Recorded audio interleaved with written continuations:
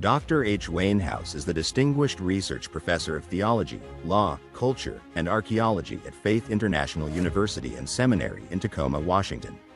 He and his wife Irina have taught and directed many tours in the Mediterranean and Middle East, including Israel, Greece, Egypt, Jordan, Italy, and Turkey, particularly with the Biblical Archaeological Society. Dr. House has taught biblical and theological studies at several universities and seminaries during a teaching career of over 50 years and has written 150 articles and 50 books, including the Evangelical Dictionary of World Religions, The Jesus Who Never Lived, Exposing False Christs and Finding the Real Jesus, the Zondervan Handbook of Biblical Archaeology, Israel, the Land and the People, an Evangelical Affirmation of God's Promises, and editor of the Nelson NKJV Study Bible and Nelson New Illustrated Bible Commentary.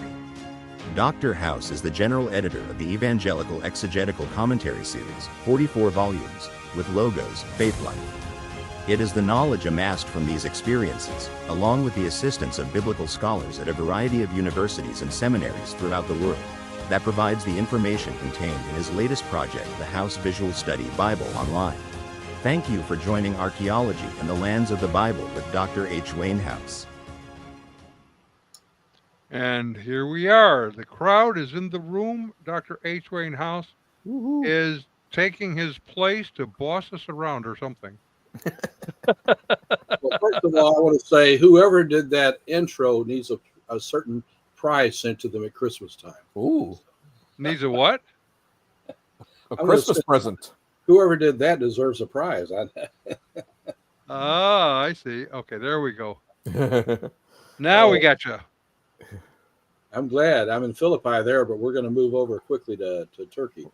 We're going to move over to Turkey. So you have a tour coming up in Turkey, as a matter of fact. And are you the turkey leading the tour to Turkey? You know, I got to tell you something. I took a group with the Biblical Archaeological Society. They asked me to take a group, a fairly large group, and we went all of Greece, all the way up to up to Thessaloniki and so forth, across to all of Turkey. We did it all, and we were at a place called Hierapolis, and there was a big rooster out in front of the place that you could buy. We're talking about a fake, not a real one. Oh, okay. A gigantic rooster outside the place where you went in to buy souvenirs and such. And people asked me, what is that about? I said, well, I guess I could tell you the story about the rooster used to be the primary bird in this island, in this place called Asia Minor. And after a time, there was a movement from the ancient Near East of this turkey, this animal, that began to gain prestige in the city, in the country. And I went through this whole scenario. I've got more that I could say, but I never heard. People were just enamored listening to my lies. Your lies. But on the other hand, it was a great story, just not a true story. But it could have been. Funny. And I heard about that again and again throughout the rest of the tour. Oh, that's hilarious. I'd never done that. It was purely ad hoc. I just decided, you want to know about the rooster? Let me tell you about the turkey. That's how gosh. The name of Turkey actually is from Turkey. It's the land of the Turks. The Turks were from the place past Asia Minor and Persia and so forth, coming over into the land of what we think of as Turkey today. So, but I'll move past that. I just thought that was a funny story, and I never heard the end of it when I was on the tour. We are going on tour. October 17 through 27 is the major tour, and we're going to go to Turkey, or might I rather say, since you know more, we're talking about Asia Minor, the place that Christianity was so, there was so much going on that in 119, when Pliny wrote to the emperor, he said, we have this new religious superstition, and the temples are being forsaken because of it. That's called, Christianity was this superstition. And the churches grew there until that became the major place of ancient Christendom. So it's an important place to visit. I love Israel very much. I've been there over 40 times. I love it very much, but you need to have Turkey to put it all together as you read the Bible, particularly the New Testament. So we're going to offer that tour if anybody wants to come October 17th to 27. There's an extension to Cappadocia. There's 3 more days if you desire that. But you can contact us just through looking at my website, hwhouse.com. There's a whole place to actually push and look at the brochure, and also to register to ask for more information. It's all there if you want to see it. Okay, you want to talk about the book of Revelation now? Oh, why not? Okay, let's look at it. The reason why I say this, because we need a little bit of background before we move into the study of these various sites, because what we find is that John, who was at that time quite old, he was a young man. Matter of fact, he was almost like a teenager, I think, when Jesus was here with the apostles. He was very young. But by this time, we're talking about I think probably somewhere in the late 80s. And you have the book of Revelation. John was a prisoner, let's say he was sent to Patmos as a punishment by the emperor, and he worked there and so forth. And this is the place that Jesus came to give him a revelation. We sometimes call the revelation of John. It's really the revelation of Jesus to John. And he did it through an angel. And so that's sort of what was going on when you read this passage. And there's this great statement in chapter 1 that it's really just almost brings chills up you when you look at it, as he's saying, John to the 7 churches. And he goes on down and says, behold, he is coming with the clouds, and every eye will see him. Those who pierced him and all the tribes of the earth. This is the second coming of Christ, and which is actually developed throughout the book of Revelation about what's going to go on. And I'm planning, and I hope you are too, to be there with him when that occurs. And so let me get now to the second portion here, if we can go on to the text of the Revelation 1:1 through 3:22. I'm not going to go into all this, but I just want to point out to you, as he continued to write, you notice he writes first to 7 churches: Ephesus, Smyrna, Pergamum, Thyatira, Sardis, Philadelphia, Laodicea. If you were to look at the map that we talked about right here, can you see that okay? See, everything started at Ephesus and worked up and worked up and worked across, came down, and so forth. That's what was going on.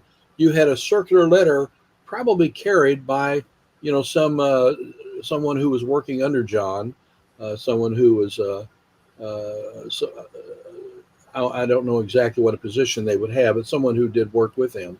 Like a courier or something, right? Something like that. It was a courier, but probably one of the disciples. He had a group of disciples. We know Polycarp was one famous one. Oh, yeah. A place we're going to look at called Smyrna. But we'll also look at Hierapolis, where the apostle Philip, who they just found this a couple of years ago, I believe. It hasn't been long. Where they found he was buried, and he was martyred.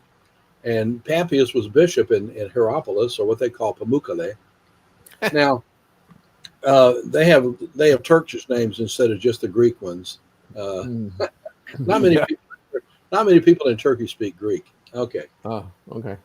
So here's Patmos and all these places I just pointed out to you. And so what I want to do tonight is what I'd hoped to do last week, but we'll get it done. And I want to allow some time for some questions and answers. If anybody has any questions about things, particularly I'll make points, and maybe I need to explain them more if you want more. But I just want to show you now that I think the GNC is so beautiful. It's a great place, and the Greeks have a couple thousand islands or more. And the reason why I say that is because some of what are called islands are not really normal islands as we think of. I mean, you don't have people living on them, so to speak. But they are pieces of land. That goes up to about 7,000. But you have basically a couple of thousand of places that people could actually live to some degree on. Can you see that sea with me? Yes, sir. Okay, now there it is. I didn't see it here until this time. Look how blue that is. And if you should go on a trip to Turkey, we take a boat usually across there. Takes a couple hours to get to Patmos, and then take it back to Kusadasi, which is modern Ephesus today. So that's the GNC. I just think it's a gorgeous place if you go there. We're moving on now to the place that there is a monastery It's an interesting place. It really is. It's worth going to and looking through it. They have a museum there, as well as you can. The priests that are there that are very friendly, and I've spent time talking to them, and it's a good thing. But if you'll notice, this one right here has a statement out front, and I don't know if you could see that, but to above the corner of the Bible that's there, it says the Holy John. What we call Saint John. See, hagios is a word for holy, but he's called Saint John.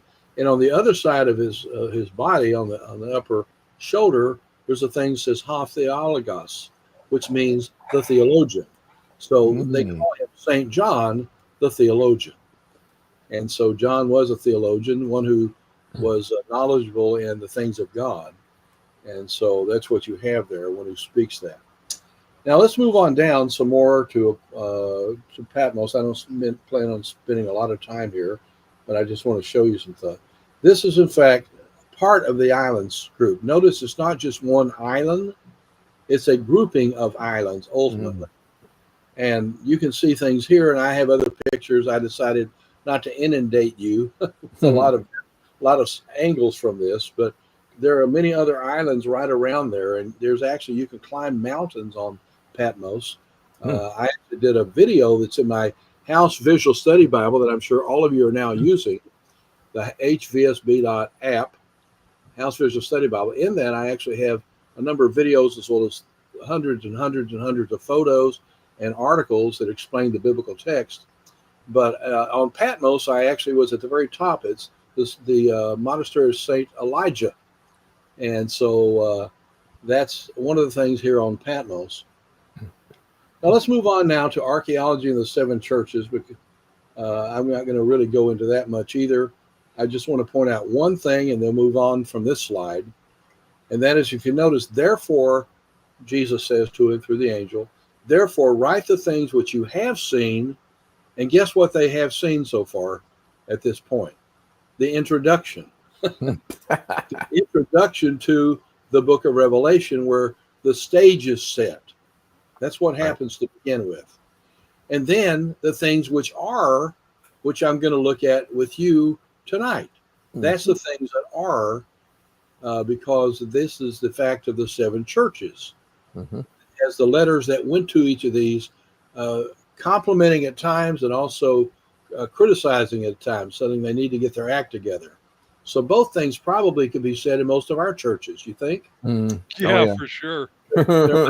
There might be some issues that we've done well, and other things where we need to get back and try to make some more effort. So things are, and then things which will take place after these things, which begins with chapter 4, where we really start into the revelation given by Jesus regarding his future coming and those things that appertain to that. And of course, we won't take time to go into a theology study of the book of Revelation, but this is the kind of stuff you're dealing with here. This is occurring on Patmos. Let's move on now down the way, and we're going to go into the slide that says Ephesus, I think. No, we're going to take it back. Oh, I know what happens. I had to make these things with multiple copies of the PowerPoint to be able to send them over to Don. So this is all we're going to look at here. I'm going to take that away, and when I take that away, I should have the next thing. That's in number 2. Okay. Well, we're going to have to Okay, reload here. You with me? Okay. I had to turn these in 5 different slide Wayne, presentations. Yes. I'm going to have to reload. So tell a story while I reload. I can tell lots of stories. You want a true or false? Oh, no, not the turkey one. By the way, as a teacher, and I've been teaching grad school since I was 24, and all the years, the way I teach, basically, I humor people a little bit, keeps things light in class. People sort of smile. They're not all just stoic. We sort of have a little fun as we're going through. And so that's sort of my methodology in teaching. But what we're going to see in the book of Revelation, if you were to read through that, was to see all the ways in which God is going to finally wrap up all that has gone on the earth and straighten it up. There you go. He created a garden, that he put people in. It got really goofed up right at front. And so he spends all this time, trying to work with humanity. And finally, he's going to finish it off and go back to the original state of the new heavens and the new earth. And that's really fascinating to study in the Revelation. Yes. Well, now that you've got this up here, I'll continue. I did several pictures here on the entrance. There's a reason why. I want you to get a feel for when you get out of your bus. If you go on the tour of something like this, when you get out of your bus, you have this path that used to have these columns on both sides. And sometimes in some of the cities you see of the Greeks, not only do they have columns that fit on both sides, but they would have a tarp kind of thing across the top. So actually you could walk in the shade in some of these places. Nice. So you see it this way, but those shades, and if they were there in Ephesus, and I suspect it was at times, they're no longer present, obviously. But this is a way in as you walk into the city of Ephesus, which goes down, as you can see. So let's move to the next one. And again, this is more of it. We're beginning to get closer and closer. In order to come here, you actually have to walk this pathway all the way to the building you see at the far end that you're going to see closer up in a few minutes. And that's called the Celsus Library. Now, let me say something before we go too far here. I'll tell you more about the Celsus Library in just a moment. But it was built in AD 117, and basically in 262, I think it sort of was in disrepair. But it was not in the days of John or Paul or anybody that visited Ephesus. But it's really quite an historic thing to look at. If you will pay attention, then along the way you have different things. You have columns, but you also have temples. So we'll see, look at a one or two there. And they have other kinds of things that I'm going to talk about along this pathway as you're moving to Celsus Library, making a right-hand turn and moving toward what is called the Agora. We call that its marketplace. It's a place that people went to buy groceries. They had the various supermarkets and so forth. They probably weren't supermarkets, but nonetheless, they had all sorts of places where people sold their goods. So that's where you're moving to as you move into the city. Next slide. Okay, as you get closer here, you can see the Celsus Library in the background. You see a taller building? Yep. That's where we're heading to right now. But along the way, there's some things to see. And I'll show you a couple of them. I can't show you everything. One thing you have to pay attention to, the fact is on these streets, not so much here at Ephesus, but in Laodicea, when we look at that later, you can see evidence of tracks, of horse-drawn carriages and things, or chariots or stuff that actually begin, over the period of time, begin to cause you can see the places where they and you on this particular place you don't have that, but you do see along the way, you see all sorts of monuments and inscriptions in Greek that are sometimes announcements, or glorifying the emperor, or talking about an individual of some sort. They use the places on the side to use for both temples that people were in, as well as some other things we'll look at in just a moment. So that's what you're looking at as we go closer. Now, you can stand on this if you want to. This is actually an entrance area. This is, I believe, the entrance where it's called the I can't think of the term they use, but the place of Hercules. I have a picture of me on there. I didn't bring it. I didn't want to glorify myself in this, but where you put it to the side and demonstrate your great strength. So that's what you go through here as you go into the city. I'm standing up there where you can see me. So let's keep moving. Now, this is important. This is finally a temple of Trajan, or there's debate, or Hadrian. And both of these were emperors of Rome. And obviously, Ephesus lasted several hundred years. And What you see in the middle, if you look at where I put that little blue arrow, Mm-hmm. if you look at that real carefully, and of course we can't make this real big like I would like to, but if you look at that real carefully, that is actually Medusa. Anybody familiar with Medusa? Medusa? Mm-hmm. Yes. What was her problem in life besides bad hairdo? She had snakes in her head. She had been raped by Poseidon Yes. in Athena's temple, which is why she was turned into a gorgon. Very good. But you look at this. I've always joked that it's a terrible hairdo. Oh yeah. But snakes coming out. What else is true about that? Not just the snakes. What else in Greek mythology about what happens if you happen to be around Medusa? Yeah, she'll turn you into stone, right? No, not just. She doesn't just turn you into stone. What happens? You have to look at her. Look at her. In other words, if you're walking behind her or you're walking around her and keeping your head in front, you're okay, unless a snake bites you, I guess. Right. The fact is, though, if you look at her face, you turn into stone. Mm-hmm. And that is a very ancient Greek mythology. Yep. And so it's here is I guess you can't see me pointing it out, but you see my little blue arrow there to show you where they had Medusa. Now there is also another temple on the other side, but I don't have it on this one. It's pretty well there, but we think it was actually to Diocletian, who was not a very nice emperor, by the way.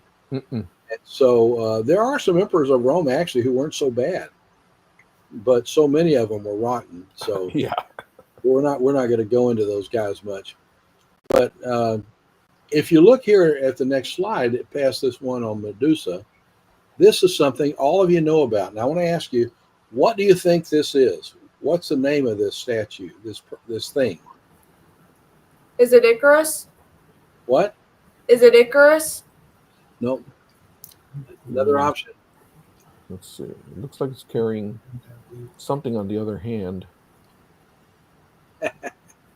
You may not get this one. And a feather? You ever heard of wearing Nike? You've ever bought Nike shoes? Oh, Nike, yes. This is Nike, victory. Ah. And that's where you get the idea of Nike shoes. Mm-hmm. They have an investment in Ephesus. So so it's not an actual angel from heaven. It's not. No, the Greeks at this juncture were not. Well, some were Christians, but most of them were not. But they did think a lot about athletics. Mm-hmm. Athletics was big in Greece. Oh yeah. They had unusual ways to do it. Paul talks about it in 1 Timothy 2 when he talks about some things, and also 1 Corinthians. Mm-hmm. First of all, when you were their basic competition was running. Mm-hmm. Later on, certain things begin to develop, like throwing discuses and stuff like that. But generally, at the first, it was.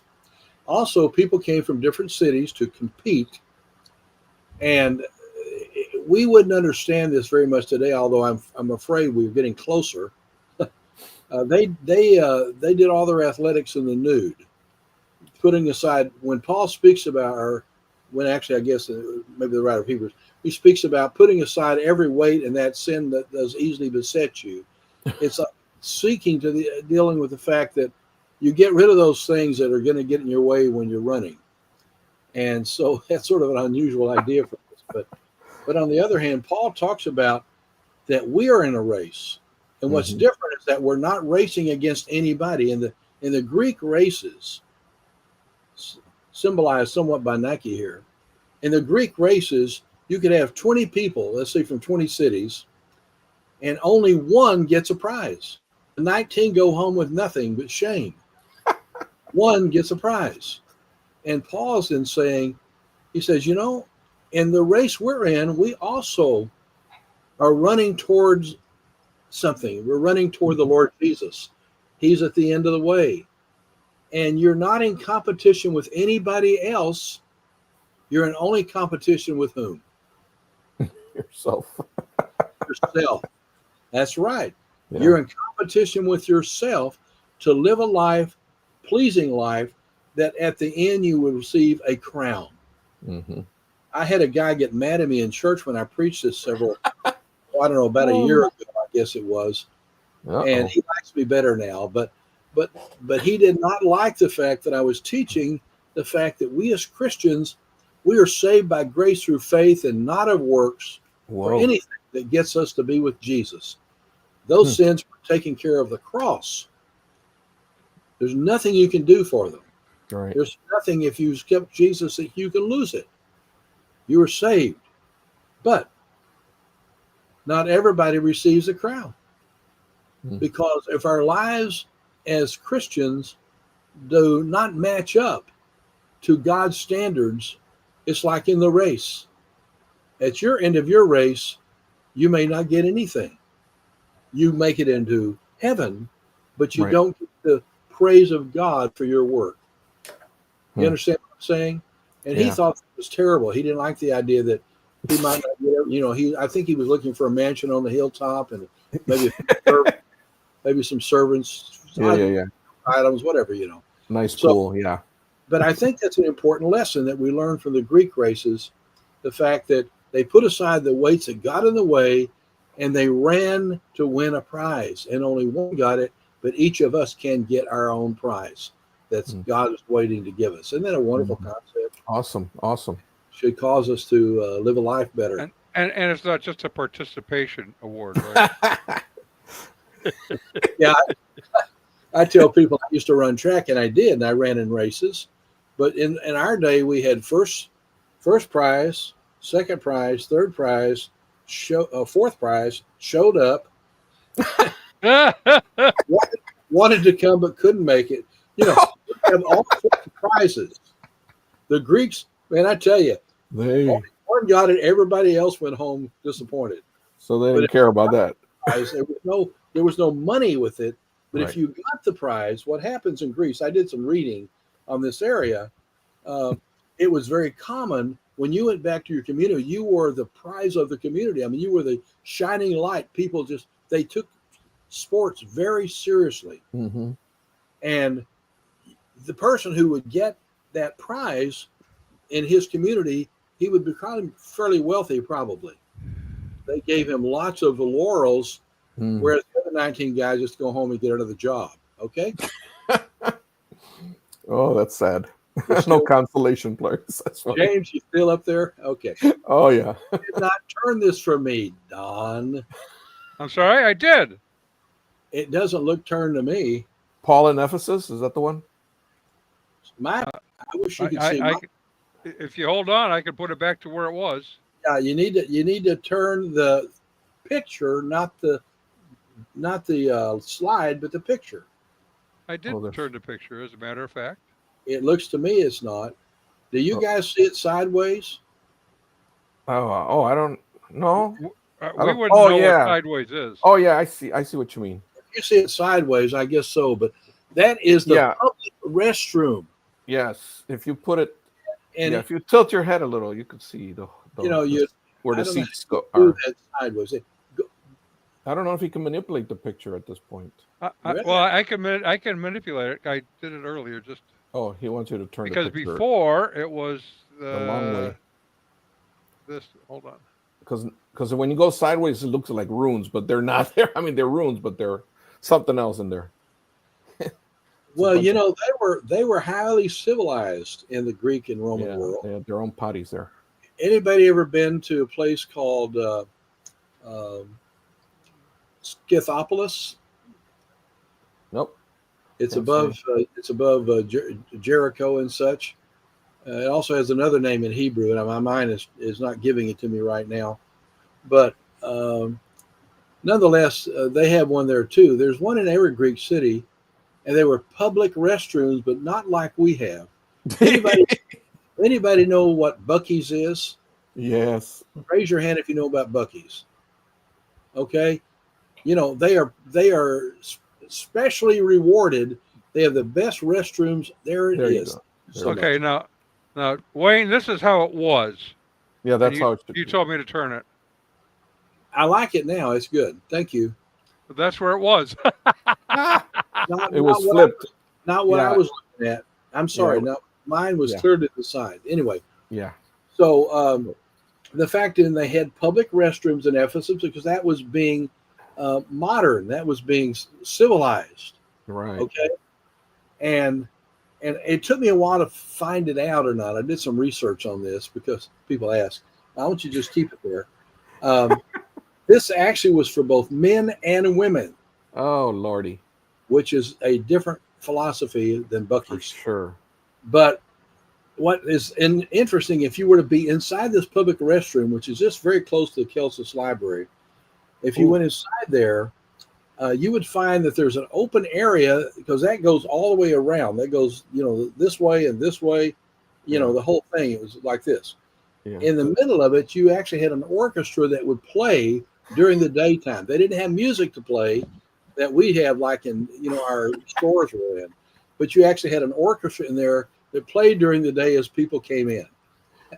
Oh Lord, I would not have loved to be hired for that. Well, those of you who now are so entranced by my teaching, who are coming on my Turkey tour, you'll have an opportunity to go in here, but Sure. they don't make these available for strangers. Now, Will they have an orchestra there? Yeah.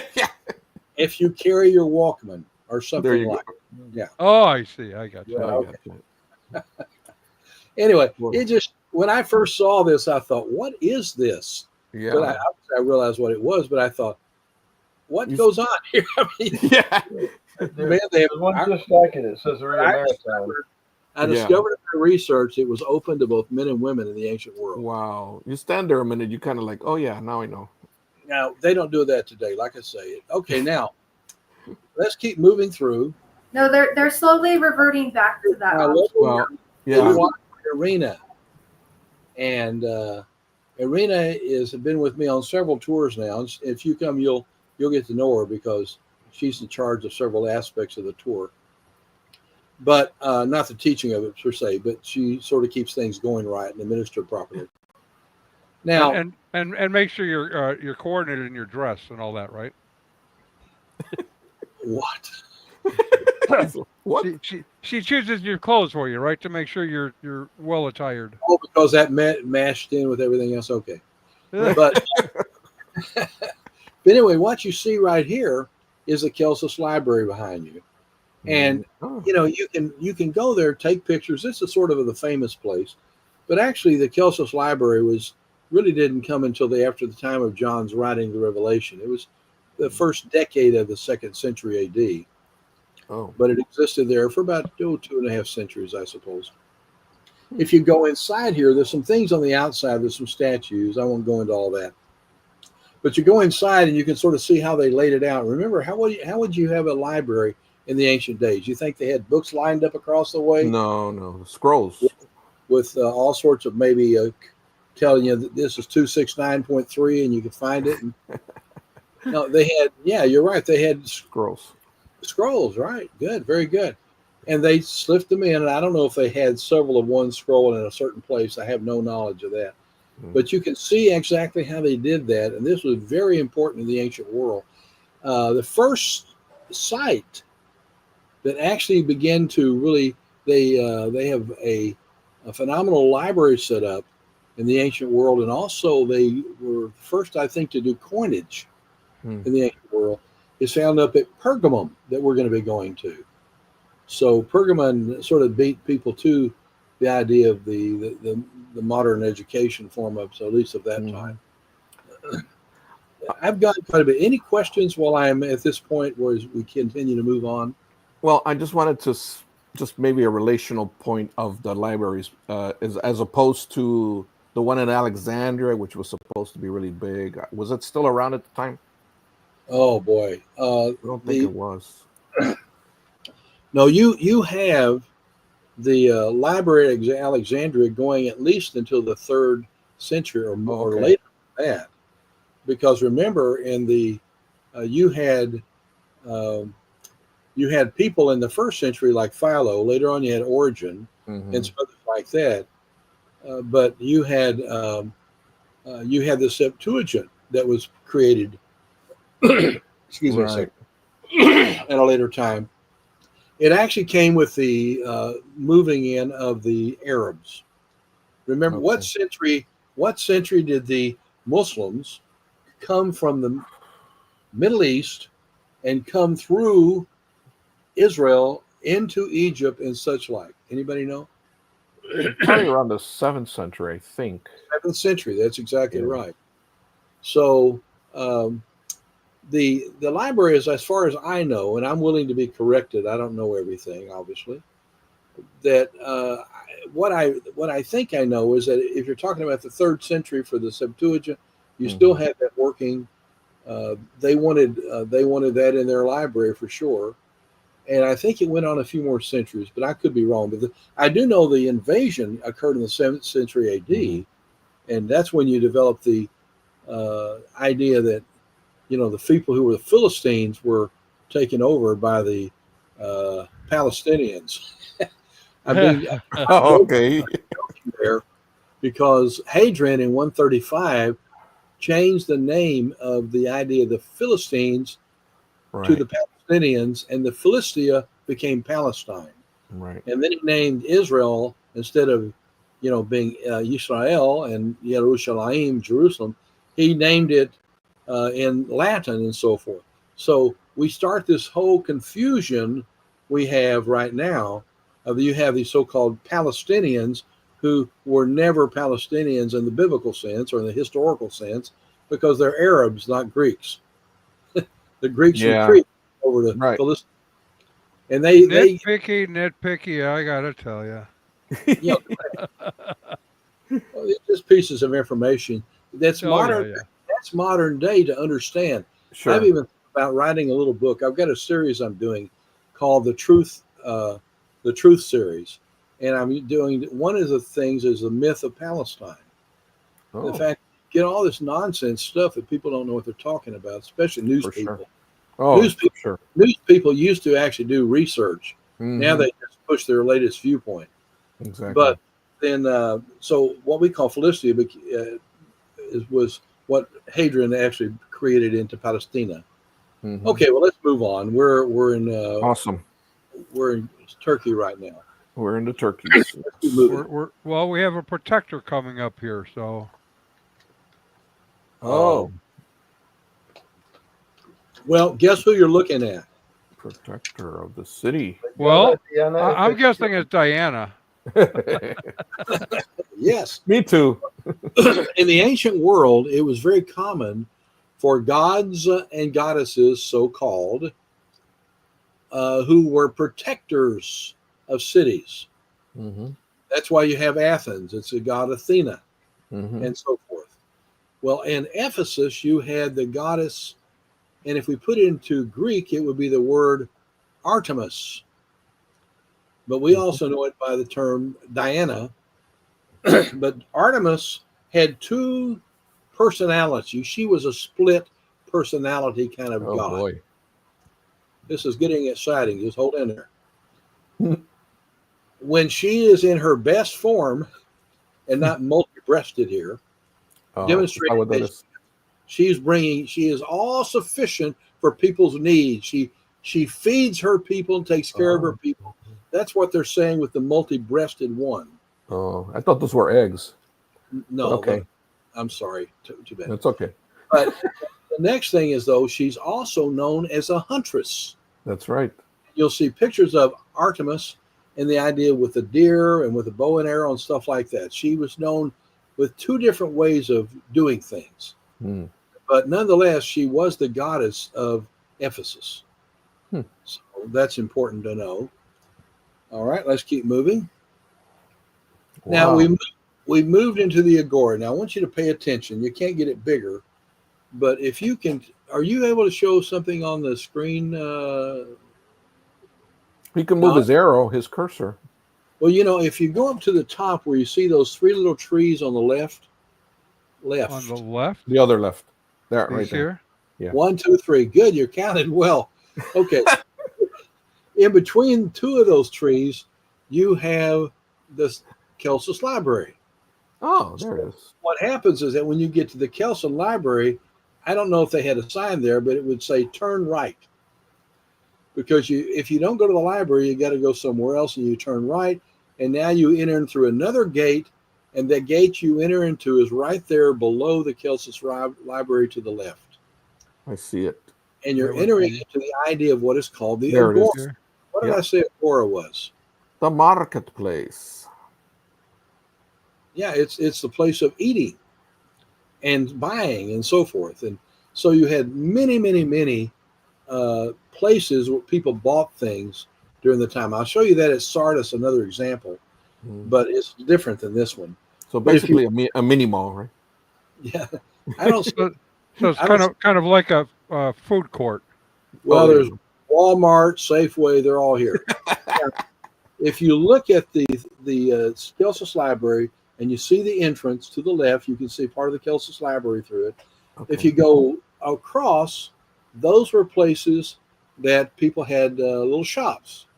All those Okay. little You have the road that comes out, and that road actually moves away from the Celsus Library through the marketplace all the way to the theater. And we'll look at the theater later. But every Greek city had a theater. had to have it. Greek is the fact that they built the theater differently than did the Romans. Mm. That proves to be valuable sometimes in figuring out things. Mhm. But we'll stop on that just a moment.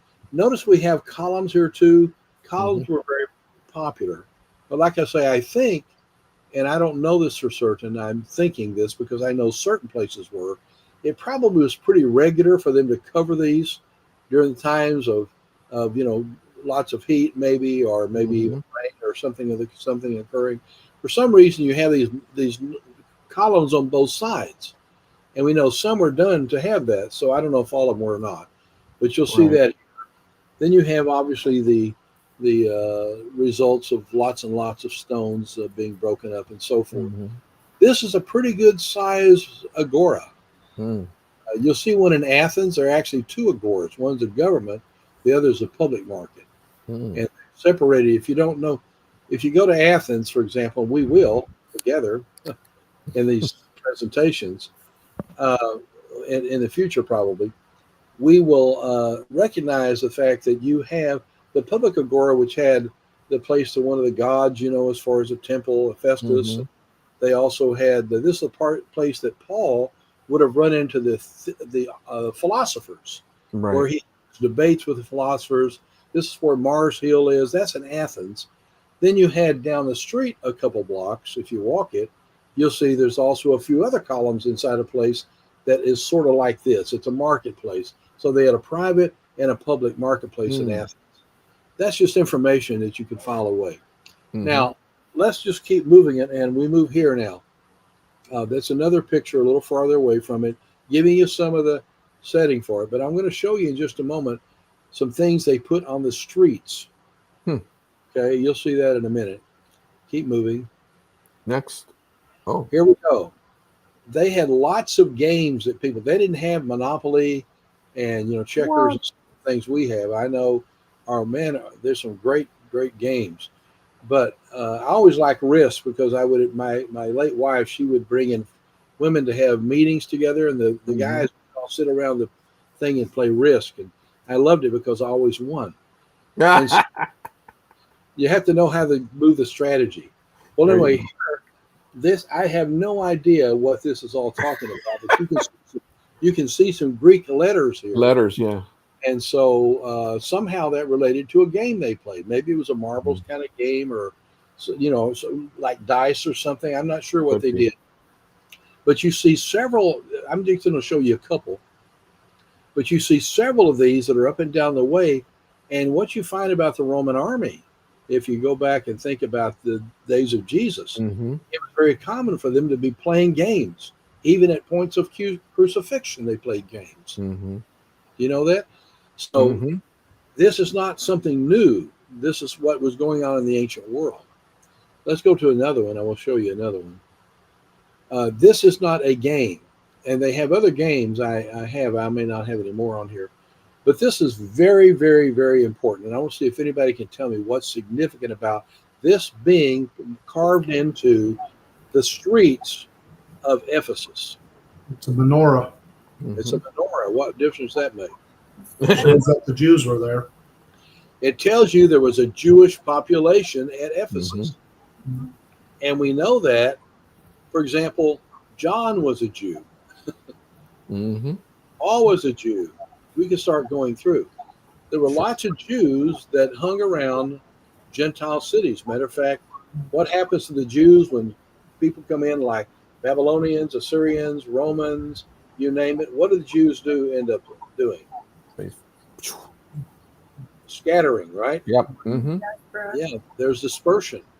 They go throughout the world, and they came and had synagogues. So Paul, when he was a Jew that had very strong Greek training, he was a Roman citizen, and he was a first-rate apostle. You know, you got the 12, but then you got Paul. He's something special. And so, but Paul and Barnabas and Silas and Timothy and all these guys, Peter was in the northern portion of Asia Minor. John was toward the west. But Paul, he over where you have Cyprus toward the very corner of what we think of as the end of Syria and Israel. You had Cyprus. Saul, or Paul at this point, he went up to various cities along the way, right? And we're going to see some of that. But as he did, he went to synagogues first. Why would he go to a synagogue? Because they were told to go to the Jewish people first. Okay. Yeah. You have, when you encounter people, at least you have a point of departure, don't you? Connection, yes. Yeah. The origin story. They know the stories. You know, you can mention Abraham and the Jews would know who you're talking about, right? Right. You mentioned Moses or you mentioned somebody else. He started with something in common with people to begin with. And he won many of the Jews. We find examples of that. There's a place in, what is it called, the area of Achaia, close to Thessaloniki, that the Bereans were Jews that searched the scripture to see if what Paul said was so, right? I suspect there are other people that did the same thing. Go back to the menorah again. Back, okay. Yeah, because we're going to look at that just a second. I want you to get a good look at that and notice what you have. You have clearly the menorah going up at the top. It looks like you have a stand underneath it or something, right? Yeah. I'm not sure what is to the right there. I've looked at that, and I may be wrong. And I may be exaggerating. I mean, seriously, I may be wrong and exaggerating. Maybe I'm looking at it wrong. But that looks almost like a cross to me. Could be. I was wondering. So I wonder myself. I don't know that that's true. Right. But because there was this mixture going on, as Paul, as a Jew, was winning Jews, but also there were people called what? The Christians, but Gentile believers. They were Gentiles who had not yet embraced Judaism, but they ended up being Christians, like Cornelius. Right. What were they called? God-fearers. God-fearers. God-fearers. You got it close. God-fearers, and I'm going to show you a couple of places in Turkey where this is spectacular, but I'm going to wait. I'm so surprised when I went to a couple of places and saw some things. But this is a menorah, and it looks to me it might even be a cross, and you could have had a Christian that came up there and carved it in there. It's possible. So, I don't know. I was trying to figure out what else could it be. I don't know. Okay, keep moving. Now this is another game, obviously, right? They didn't know how tic-tac-toe works. Doesn't that look like it? That's exactly what came to mind. It's something. I don't know what it is, but I don't know if I could win. I don't know what is all those zeros and X's. I don't know. Yeah. But anyway, they had a lot of these up and down the streets. Now they had one I didn't show you purposely. Okay. Because on the street, as you're on the left side, moving away from the Kelsos Library, going underneath the gate, heading toward the theater, on the left there is an engraving, and it's engraving of a foot, and in there is a indication that this was a place you basically, they're trying to lead you, and there's other examples of this in Ephesus. They're trying to lead you to a place of prostitution. And so that's been on the street. Interesting. And so there are a couple other places you see indications by the kind of inscription. It's not an inscription, by the configuration that they create Science. there. Mm-hmm. Yeah. So, but most of the stuff is like games, and then you have the menorah and things like that. Now you're getting a look at if you were in the gate right near Celsus and looking straight out toward the area that's going to lead you to the theater on the right. On the left, you're going to have what? You're going to have the Agora. Oh, yeah. The Agora, the marketplace. So now I can show you a little bit more. If you see right here, you see that crane in the background that's blue with the little red thing? Yep. Okay, beneath that. Okay, now if you'll look lower, you'll see the city has this walkway. Yeah. And you also have the columns. It's all there. Yeah. Behind you is part of the marketplace and the open area, and also the shops. And then as you move through, you're going to get toward the end there. And if you look real careful, you'll see, or is it carefully? Carefully. If you look real carefully, as you get to the edge there, you were going to make a left-hand turn that's going to take you to where you get on your boat if you're going on the sea. Ooh. More about that in just a minute. But right now, if you go straight and make a left, you're going to find yourself inside the theater. Okay, keep going. Next. Oh. This again is part of that which relates to the market. Keep going again. Are those aqueducts? You could have aqueducts because they have some out there. Yeah. Go ahead. Keep going, please. Now we're going to go to the next thing. So go to it. All right. So while we take a brief commercial break. So while Don's bringing that up, what was the context of the carvings? Were those graffiti? Were they street signs? What was that? I don't know for certain. I shouldn't say for certain. Maybe Dr. Williams knows or someone else. But I think it was simply what people did naturally. You have a place to mark like people, they go on the side of the walls now and put their names in and stuff. I think it was probably citizens doing. I don't know if it was an official act of the city council or anything. Okay, now let's look at the theater. Here's the theater from a distance. This theater held once upon a time about 20,000 people when Paul came to visit. Anybody know the story? That's a big theater. That's all I know. Would that be when they sort of were after Paul? What had Paul done? Done.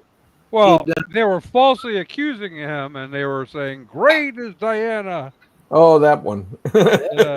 All true, but let's go back before that. Paul was ministering in the city as an apostle, and you had people that had idols for sale. Oh yes. Right. And you had a woman even who was a little bit off, and and so you had people. Their business was being taken away when the Christians started multiplying in the city. All of a sudden, they don't buy idols. Now you have 20,000 here saying, "Great is Artemis or Diana," what they really said, of the Ephesians. Notice that. Ephesus. There you go. That's right. The fact is, this is our goddess, and they're bothering her right now. It's amazing the goddess couldn't defend herself, though. No, apparently not. You had to have these guys. And here's you had a finding here that's important. We're going to see that at Miletus, too, and other places. But it's very important because a man by the name of Sir William Ramsay was a classical archaeologist. He had a Christian on the boat with him as he did his archaeology, doing the Greco-Roman archaeology. Sir William Ramsay, did you catch that? He was specially honored by the Queen. Okay? And in the time, people said that Luke and these, Luke and Acts and all these things, they just really didn't get their information correct. I mean, we know better than they. Sure. I mean, I know they were there and so forth, but we have better understanding because we're smart people. We went to Oxford or Cambridge or somewhere else, okay? And what happened is that this young man who was a Christian, as they traveled, Ramsey came across things and inscriptions that verified that Luke knew what he was talking about, because Luke knew the terms before Ramsey did. Imagine that. And they're inscribed. Believe it or not, even the Bible can be accurate if you really look for it. There's other stories on that too. If we went to the land of the Hittites and so forth, people said the Hittites didn't exist. It's a myth. Right. 48 times mentioned, but it's a myth. The Bible obviously made it up. And then they found these Hittites. It was a major kingdom. And the guy said, well, you know, we made a little mistake. Let's move on. Yeah, sure. So, here we are, another picture of the theater.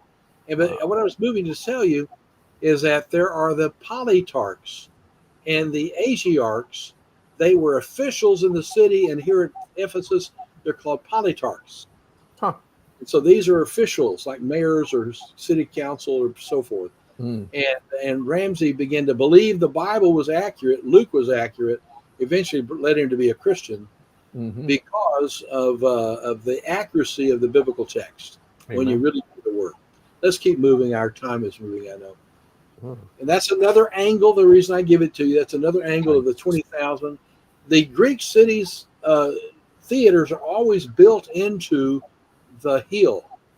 Romans are built on stilts. They were great builders. Oh, okay. And that's what you'll find at Scythopolis, for example. Bet-Shean, there's another name for it there. But here you have it built in the city. Here's how it is depicted as maybe looking. I'm not saying this, but I have this here for one reason. Is because you see, at one time you had a theater that was very, had 20,000 people in it. You had a place where the actors and the singers and so forth did their work. By the way, I don't know if we'll come across a place like that. I'd love to go into theaters where you can still hear yourself in a vibration with the the acoustics, yeah. Oh, it's unbelievable. It's Red Rocks. They didn't need microphones. No.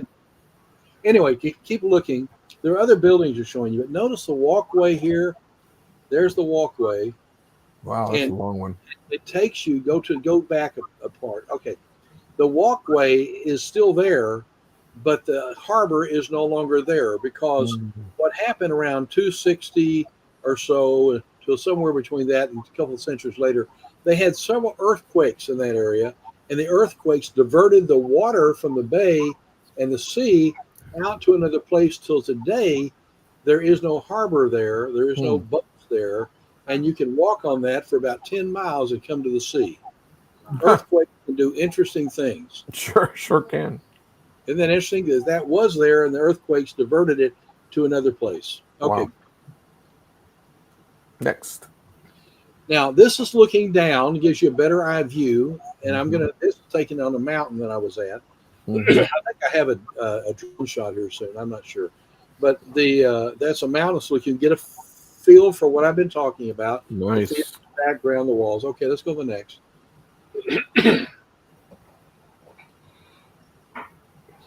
Again, another view. You see where the theater is at the right top? It just goes up, down, but now it doesn't go down to a sea.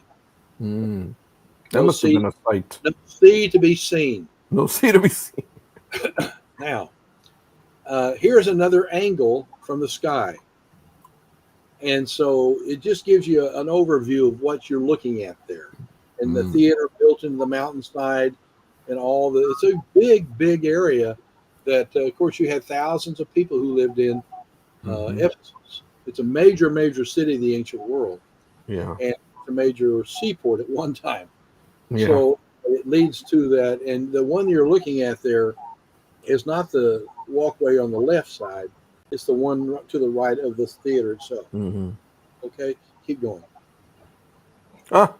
Now, this is the last. I think this is. Are we going to quit here in just a minute, Don? Or is that what we're doing? Well, theoretically, but it's up to you and the gang. Well, let me show you this. And if you want to go on, I can show you some stuff in Smyrna. It doesn't take more than 5 or 10 minutes max. You just let me know what I need to do. I want to show this to you for a very important reason. One is, if you're on most tours, you would never see it, ever. Mm. But the guy I do tours with, he has connections, and we were able to get up there to a cave. You had to climb way up the mountain from the place where Kelsus is and walk up a place, and then you have to keep going and going until you're pretty high on a mountain there. And they have a cave, and inside the cave is found this painting on the side of the wall. And if you could read the Greek, even if you could read Greek, it's hard to read. Palos is on right where his finger is pointing. Yeah. Palos or Paul. Paul. And to the right of is a girl. It's the girl, and her name is Thecla. And I know a friend of mine years ago, did a dissertation on the Acts of Paul and Thecla, which is actually a 2nd century book that was created and looks back to this. This is the picture of Paul that is viewed as the closest to be of his actual, how he looked. Because when you look through the ancient world at that time, repeatedly, if you look at this picture, you'll see that most of the pictures of Paul you see places that people have where they have icons of various kinds of things, you'll see Paul looking very similar to this. Yeah, that looks okay. So this may be, I can't say that it is, but it was viewed. It's the earliest picture we have of the apostle right here. Now to the far left, there's something, you see a woman looking through the opening. There's an opening there. And that's thought to be probably Mary, because John was given the commission by Jesus at the cross. He says, basically, John, behold your mother, mother, behold John. So remember that? And he became the keeper of Mary. Remember, and in those days, Joseph was 35, 40 years old. Mary was probably still a teenager. And so she was fairly young at the time of the crucifixion in comparison.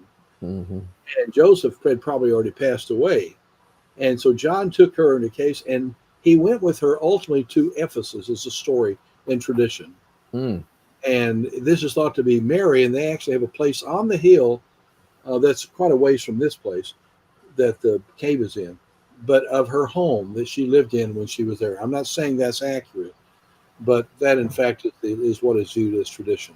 Maybe it was a drawing of Mr. Potato Head. Kind of looks like him. Mr. Potato Head. We'll have to talk to him later about that. Yeah. I'm sure he'll give you some time. Now that's actually what I have, except for Smyrna. We can do Smyrna next week if you want. Okay. It's up to y'all. You don't have many slides here, so. I have a very few slides of Smyrna. You want me to show them to you? You got another 5 minutes? Yeah, I do. Everybody okay? Go to Thumbs Smyrna. up. We'll do it the Roman way. Thumbs up. Do it the Roman way. Okay, there you go. Okay, now this right here is an open area at a place called Smyrna, and today it's called Izmir, and it's a gorgeous place to live. It's better than San Diego ever thought about.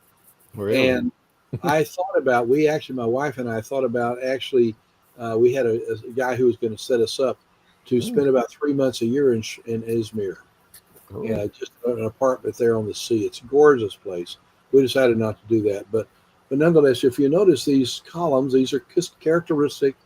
You had 3 kinds of columns that were found in the ancient world. We'll talk about those when we get to Corinth some way in the future. But they're basically, the one that's the most popular is called the Corinthian, which is what you're looking at right there. Another one's called Doric, which is very plain looking and so forth. And so anyway, that's it. Now this right here above would have been, if you'll notice how it's built, the land would probably have been a little higher then. This is underneath the city of Smyrna. If you go here, you actually have to look at different things on the top, over where you saw the columns a moment ago, the big area. Yeah. This right here is to the, I think, west of that, and these are openings over an area in the bottom that's like it's not like a tunnel, but it's like it's a well-equipped. People used to go down there, and there's some important things I'm going to tell you about there. So let's go down below. Next. We're still up. Keep going. Now, Oh. This is how it looks below. And I spent a time with the archaeologist here, uh, Dr. Elsoy, who teaches at the university there in archaeology, and he did a tape for me and I had it translated. He told everybody, he said, "Now I'm a secularist." A lot of people are surprised. They think of Turkey as being Muslim. Well, it is, since in name only. Right, right. Most people, you'll not, except in Istanbul, you'll rarely ever see some of the garb that women wear and some of the things that are done. It's very it's a very secular community and country. That actually helps us in many ways. But if you go in here, on either side, you have engraved. Go back where you were. Back. Go up again. Picture. There. Just stay there. Here on both sides here, and also around the way and down the other way, there's all sorts of interesting things. But there are paintings and so forth. I even helped Dr. Ersoy translate Greek on some things down there, which was fun to be able to work with the archaeologists down there. Sure. It wasn't I'm not like a major archaeologist or anything, but we spent a little time together and we looked at some Greek words and stories and so forth. It's really interesting. But what's fascinating here, and I didn't see it when I went, but I found it out later from a person who was working here, that there's on the wall of downstairs here of the building area, there were engravings that said, like, I love the girl 1378 or something. They use names to be codes. Right. Another place they have writings about instructing people how to get to where Christians are worshiping and so forth. And they would write these in code language. Now, does that remind you of anything in the book of Revelation? The name of the Antichrist. Or his number is 6, the name, right? Yeah. Name of a man. Right. It didn't say, I know we can try to figure out who 666 is, 666. But that was not an unusual practice, and it was used in the first century, and they found examples down here. I think that's really fascinating. Very cool. Okay, I think that may be the end. Go up now and see, that's Smyrna and so forth, and that's a persecuted church, and that's it. Nice. I hope you enjoyed some of this tonight. If nothing else, I hope you enjoy the comedy routine. I really try. If you don't keep people going, they're never going to come back. So anyway, we got through Smyrna a little bit. I could do some more, but there's not a lot of Smyrna. It's a popular, but there are some other places we're going to go to after. We've done Ephesus, we'll do Smyrna. Now, when we get to Pergamum, there's some interesting things to talk about. We'll talk about Asclepius, the god of healing, and how that relates to where you are with Pergamum. We'll talk about the seat of Satan there. We're looking at a lot of things that are at Smyrna. There's some really fascinating things. And then we'll, if I run out of things, I think for the program, I'll probably bring in a minor thing like Thyatira and Philadelphia, which has basically a maximum of 5 minutes per site. Just nothing much there. So I'll fill it in if I need to, but we'll keep going through. We're going to run through the 7 church period. We're going to go to churches that weren't part of the 7 churches, and then we're going to move to another country. But we want to do that probably before I take you into the land of the Hittites. Oh, I want to go there. Most people never, ever see that. But in our tour, those who want to are going to go to Cappadocia. And that's a great and interesting place I'll show you next week. But also we'll go to the place of the Hittites, which is a phenomenal place. I went at wintertime when it was snowing. What a great place. Oh, nice. Fresh in the mountains of the north. It was really enjoyable. I enjoyed it. Cool. So we'll see you next week, next Tuesday, right? Yes, sir. Any questions? Same time, same station. Okay. God bless you very much. Go to my website. We're gonna show the website quickly here, and then we will bow out because that's what I do.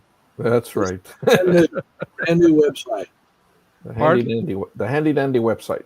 Even the handy dandy website. So we're gonna go click, share screen, entire screen, and there's the entire screen for you. Here. And that's at hwaynehouse.com. No, Yeah, hwhouse.com. HW. Yeah, HW House. Yeah, hwhouse.com. And you can even click on tours if you want to look at that. Christian Study Tour, 7 churches.